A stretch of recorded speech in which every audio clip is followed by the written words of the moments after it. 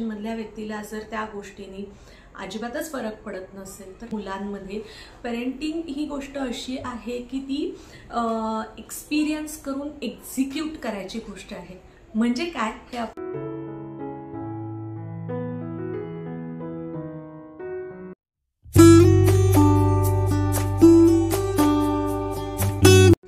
हाय hello नमस्कार, welcome back to the channel. कसे आहात तुम्ही सगळे? आय होप की तुम्ही हॅपी आणि हेल्दी असाल.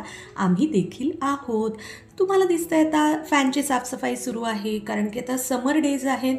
फॅनचा खूप वापर होतो आणि मग त्याच्यावर साचलेली धूळ खाली पडते, त्यामुळेही करायची असतेच साफसफाई. महत्त्वाचं म्हणजे आपण काय म्हणूयात मंथली आपल्या क्लिनिंगमध्ये ही गोष्ट करतच असतो. पण सगळ्यात महत्त्वाची गोष्ट ही आहे की आता जवळ आलेला आहे गुढीपाडवा. गुढीपाडवा हा आपला पहिला वर्षाचा सण आहे आणि त्याच्यासाठी तर आपण जोरदार छान आनंदाने तयारी करायलाच पाहिजे. प्रत्येक सणासाठी करायला पाहिजे, कारण ह्या सगळ्या ज्या गोष्टी आहेत, हे सणवार आपल्या परंपरा ह्याच्यासाठीच आहेत की त्या निमित्ताने आपण घराचं डिक्लटरिंग करावं. ज्या गोष्टी आपण वापरत नाही आहोत पण चांगल्या अवस्थेत आहेत त्या कोणाला तरी गरजू लोकांना द्याव्यात, किंवा खूप खराब झालेल्या आहेत त्या आपण घरातून बाहेर काढाव्यात. त्यामुळे ती जागा छान स्वच्छ होते, त्याचा छान दुसऱ्या गोष्टींसाठी वापर होतो आणि ती निगेटिव्हिटी दूर होते. कारण की ते थांबलेली गोष्ट असते ना, जी वापरात नसलेली गोष्ट असते ना, तर तिथे निगेटिव्हिटी ही असतेच. कारण तुम्ही बघा की एक वाहतं पाणी असतं, प्रवाह असतो, झरा असतो, नदी असते, तेव्हा ते पाणी फ्रेश असतं, निर्मळ असतं. पण जेव्हा एखादं साचलेलं डबकं असतं छोटंसं, तर त्याच्यामधलं पाणी मात्र गढूळ असतं, तिथे शेवाळं साचतं, तिथे वास येतो. तर ह्याच प्रकारे आपल्याला घरातल्याही सगळ्या गोष्टींच्या बाबतीत विचार करायचा आहे. आणि ही जी प्रोसेस आहे ना, ही नेव्हर एंडिंग आहे बरं का. जोपर्यंत आपला संसार सुरू आहे तोपर्यंत ही प्रोसेस आपल्याला अधूनमधून वर्षातून सणावाराला म्हणा किंवा क्वार्टरली म्हणा, सेमिस्टर वाईज म्हणा, ही करावीच लागते.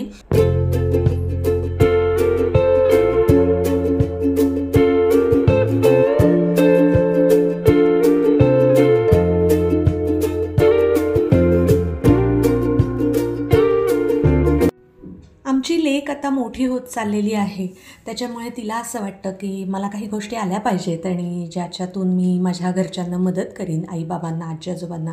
तर आता नवीनच गोष्ट शिकलेली आहे की सरबतं करायला. त्याच्यामुळे मी आता हे सगळी कामं करून दमले, तर ती मला म्हणाली, आई नुसतं पाणी नको पिऊ, मी तुला सरबत करून देते लिंबाचं. आणि त्याच्यामुळे तिने छान लिंबू सरबत केलेलं आहे. आता हे बघा, नवीन आपण करत असतो गोष्टी, थोड्याशा 19-20 होतात, पण इथेच तर गोष्ट असते, आपण मोठ्यांनी मुलांना प्रोत्साहन द्यायचं आणि मग त्यामुळे त्यांना छान वाटतं आणि ते पुन्हा गोष्टी इंटरेस्ट घेऊन करतात. आपल्यालाही आपल्या घरच्यांनी असंच मोठं केलेलं आहे ना. आणि आजच्या काळातल्या ज्या मुलांना या सगळ्या गोष्टींमध्ये स्वतःहून रस घ्यावासा वाटतो, इंटरेस्ट असतो, ही गोष्ट आपल्यासाठी खूप मोलाची आहे. काय सांगू मी तुम्हाला, कारण अदरवाईज ना खूप मुलांना ह्या गोष्टींमध्ये रस नसतो. म्हणजे ती मुलं वाईट आहेत किंवा संस्कार नाही तसं नाही, ते कदाचित वेगळ्या गोष्टींमध्ये इंटरेस्टेड असू शकतात आणि त्यातही ते छान काहीतरी नक्कीच करतील आयुष्यामध्ये. परंतु ह्या ज्या बेसिक गोष्टी आहेत ना, ह्या कुठेतरी ना तो रिलेशनशिपमधला ओलावा जपायची जी प्रोसेस आहे ती ह्या वयामध्ये सुरू होते, कळण्याची, समजण्याची. आणि तो जिव्हाळा, ती माया तिथून सुरू होते आणि कुठेतरी ना स्वावलंबन पण सुरू होतं मुलांचं, की ह्या बेसिक काही गोष्टी आपल्याला शिकायला पाहिजेत, केल्या पाहिजेत. आणि ना मी आता क्लिनिंग झालं ना की प्रत्येक ठिकाणी कॉर्नरला काय करते आहे, माझ्या जुन्या ओढण्या किंवा जुने पिलो कवर्स जे छान आहेत, ज्याचे प्रिंट अजून छान आहेत, तर ते असे सगळीकडे प्लेस करते आहे, ज्यामुळे ना जास्त धूळ बसणार नाही.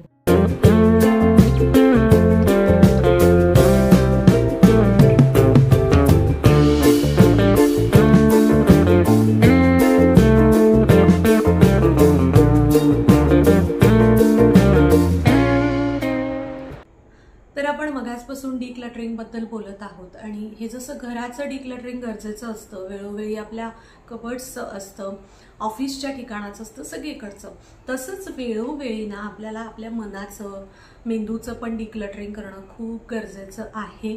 कारण बऱ्याचदा आपण त्या गोष्टी साचवून आपल्या मनामध्ये, मेंदूमध्ये ज्या भावना ठेवतो, जे व्यवहार ठेवतो, त्याच्यामुळे त्या व्यक्तींना त्रास होतो की नाही आपल्याला समजत नाही, पण आपल्याला मात्र त्याचा त्रास होत असतो आणि मग त्या त्रासाचे परिणाम हे आपल्या मेंटल फिजिकल हेल्थवर होतात. त्यामुळे आपल्याला का त्रास करून घ्यायचा आहे? सगळ्यात महत्त्वाची गोष्ट ही आपल्यासाठी असली पाहिजे की जर समोरच्या व्यक्तीला, कुठल्याही रिलेशनमधल्या व्यक्तीला जर त्या गोष्टीने अजिबातच फरक पडत नसेल तर तो आपल्यालाही नाही पडला पाहिजे. आणि नाही पडला पाहिजे म्हणजे काय करायचं तर सोप्या भाषेमध्ये डिक्लटर करायचं. ती गोष्ट आपल्या डोक्यातून मनातून काढून टाकायची आहे. आणि आज मी हे सगळं करत होते, त्याच्यामुळे मी जास्त काहीही शूट नाही केले, कारण आज हे थोडंसं तुम्ही बघितलं मी दुपारपासून जे काम सुरू केलं ते. पण मी काल अख्खा दिवस व्लॉग आला नाही माझा. आधीचे 2 दिवस, एक दिवस लॉंग व्हिडिओ आला, एक दिवस शॉर्ट व्हिडिओ आला. ते म्हणजे आधीचे माझे केलेले होते म्हणून ते आले. आणि कालचा गॅप झाला वन्स अगेन, जे मला नाही करायचं आहे. प्लीज मोटिवेट करा मला गॅप नाही करायचा आहे अजिबातच. महिन्यातून एखाद दुसरी सुट्टी झाली तर ठीक आहे, पण अदरवाईज मला नाही सुट्टी घ्यायची.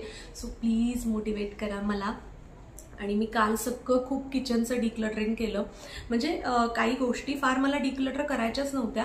क्लिनिंग म्हणूयात आपण, डस्टिंग म्हणूयात, डीप क्लिनिंग म्हणूयात. तर हे सगळं मी केलेलं आहे काल किचनचं. आता अगदी एवढ्याशा गोष्टी किचनच्या थोड्याशा राहिलेल्या आहे, पण ज्या आपण डेली रुटीनमध्येही करत असतो. म्हणजे की आपण सगळे ट्रॉलीजचे दरवाजे वगैरे पण स्वच्छ करत असतो. तर ते वन्स अगेन मला एकदा परत सगळं करायचं आहे. तेवढंच राहिलेलं आहे जे माझं डेली रुटीनमध्ये होऊन जाईल. आणि आता मला बेडरूम्स पण करायचे आहेत येत्या 1-2 दिवसामध्ये. सणवार असतातच ह्याच्यासाठी, पण मला तुमच्याबरोबर ही गोष्ट शेअर करायची आहे की हे सगळं करताना तुम्ही बघितलं की वेणूनी मला छानपैकी लिंबू सरबत, तिला जमेल तसं छान करून दिलं. आणि आत्ता तिने संध्याकाळी, आत्ता माझं पुन्हा मी आंघोळीला गेले, सगळं फ्रेश झाले आवरेपर्यंत तिने छान देवापुढे दिवा लावला, उदबत्ती, धूप हे सगळं छान घरामध्ये केलं. मस्तपैकी तिने देवाचं म्हणलं. आम्ही जे टी व्हीवरती लावतो यूट्यूबला ते सगळं लावलं. त्याच्यानंतर म्हणजे घरात प्रसन्नतेने वातावरण तयार केलं. मी आवरून येईपर्यंत जी माझी कामं आहेत, जी आता करायला पुढे लेट होईल, तर तिने तर होऊ नये, म्हणजे लेट वेळच्या वेळी व्हावीत कामं, ह्यासाठी तिने हे सगळं छानपैकी केलं. कपड्यांच्या घड्या घातल्या तिने. तर ह्या सगळ्या गोष्टींना आपल्या बघून मुलं शिकत असतात. असं त्यांना दरवेळेला सांगून करून नाही होत. आपण ज्या पद्धतीने एका रुटीनमधून जात असतो ते जेव्हा मुलं बघतात आणि त्याच्यामध्ये त्या वेळेला ती गोष्ट होत नाही हे त्यांना दिसायला लागतं, कारण आपल्या हातात दुसरं काम असतं. तेव्हा ते मनाने स्वतःहून ही गोष्ट करतात. आणि हेच होणं महत्त्वाचं आहे मुलांमध्ये. पेरेंटिंग ही गोष्ट अशी आहे की ती एक्सपिरियन्स करून एक्झिक्यूट करायची गोष्ट आहे. आता तुर्तास मी इथेच थांबते, कारण मी खूप दमलेली आहे प्रचंड. आणि जेवण करायचं आहे. आता हे सगळं अजून माझं बारीक सारीक आवरायचं बाकी आहे. त्यात माझी जी मावशी आहे ती थोडीशी आजारी पडली आहे, ती ॲडमिट आहे, त्यामुळे ती गेले 2 दिवस येत नाही. आणि मी हे सगळं आवरायला काम काढलेलं आहे गुढीपाडव्याच्या निमित्ताने. आणि आय थिंक ती बहुतेक उद्याही येऊ शकणार नाही. त्यामुळे मग ऑलरेडी कामं वाढत आहेत, त्यात आता अजून नको दमली आहे म्हणून आज जेवण नाईलाज असतं मी बाहेरून ऑर्डर केलेलं आहे. आता ते येईल, जेवणार आणि लवकर झोपणार, म्हणजे मग उद्या लवकर गोष्टी सुरू करता येतील. कारण आता मी धरून चालले की अजून 1-2 दिवस कदाचित मावशी येणार नाही. तर मग मला गुढीपाडव्यापर्यंत माझ्या डोक्यात असलेल्या सगळ्या गोष्टी कंप्लीट करायच्या आहेत. सो उद्या लवकर रुटीन स्टार्ट करेन नेहमीपेक्षा. चला, परत भेटूया नवीन एका व्हिडिओमध्ये, नवीन ब्लॉगमध्ये. तोपर्यंत take care. Thanks for watching. आवडला असेल तर नक्की लाईक करा. कमेंट करून तुमची मतंही मला ऐकायला नक्की आवडतील. आणि सबस्क्राईब अजून केलं नसेल तर तेही करा. बाय.